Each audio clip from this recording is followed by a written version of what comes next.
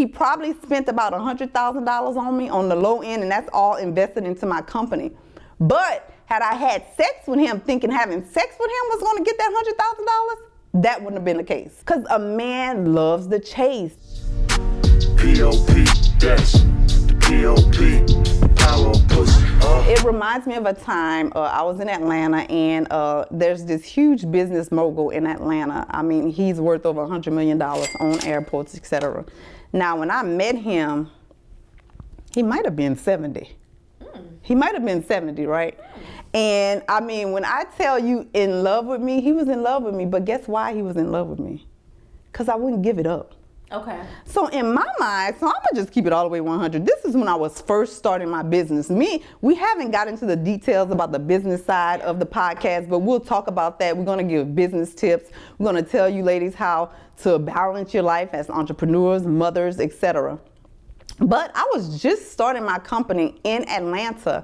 And number one, the reason why all women should keep their legs closed, unless it's really for somebody special, is because I built my company from doing just that. Meaning, so. Power of the P playbook. If you meet a man, and a man is gonna pressure you to have sex, no matter what, they're gonna pressure you, right? Yeah. So if you meet a man, you should have goals in mind. What is my goal here? So I knew I had one mission in Atlanta, and that was to build my company, right? Here's this man, he has everything at his reach. He's a 10-time over millionaire, right? 70 years old. So what's the lady's name? That married the old man. Girl, Pamela? No. What's her name? Anna Nicole Smith, right? Anna Nicole So don't get it twisted. When I met this 100 millionaire, whatever, did it cross my mind? Could I Anna Nicole him? It did. It did, absolutely. Yeah. I was like, you know what? If I can marry him, if I sleep with him and I marry him, I won't have to do nothing else. But then it dawned on me. Anna Nicole committed suicide, right?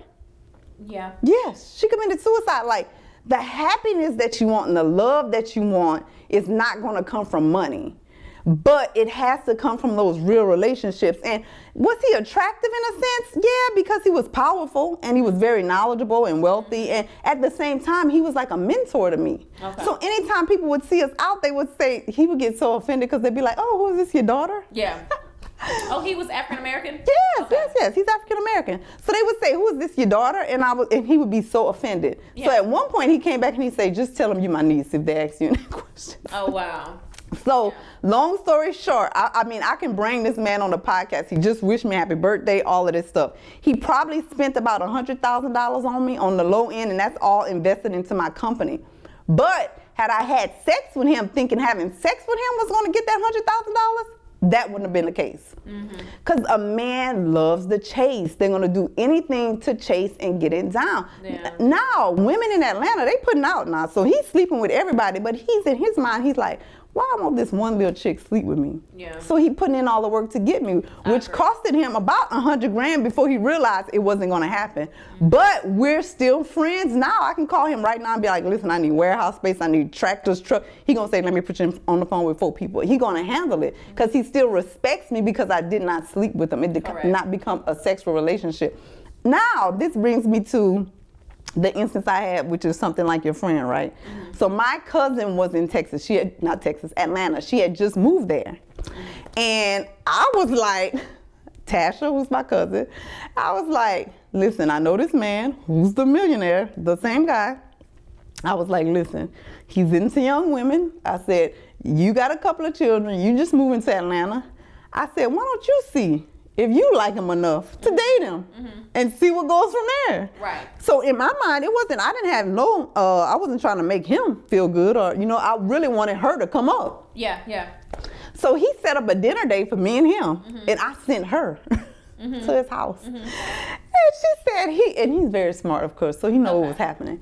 So she said he opened the door and he said, Davielle, she is just ruthless.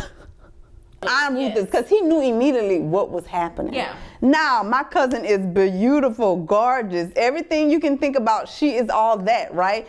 So, but guess what? He didn't want her.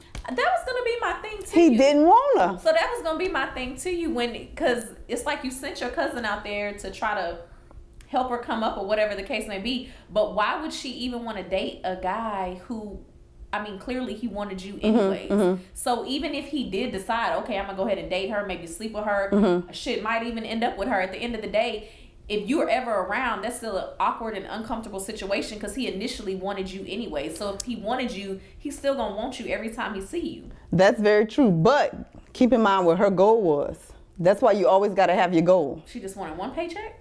Not one. She wanted long-term money. Like, she wanted to be taken care of. Like, so. But what made you think he was gonna take care of her and he was still trying to date you? I mean, why not? It's another beautiful girl. And I'm not putting not out. a girl that he went and chose. I know. Not a girl that he sought out and tried to talk to. But she was nothing beautiful. Like that. It's like you sent her over there like bait. Like, here, go I did. She take this doggy treat. But she knew it. She was with it. So offended. You would have been offended by the friend? Yes. Like, bitch, you pimped me out. But I'm trying to get you. You basically pimped your cousin out. And then, shit, she had to walk away Ladies. from embarrassment. In the comment, do you? Wait, let me find it. I gotta find it. Do you agree with Crystal? Or disagree with Davielle?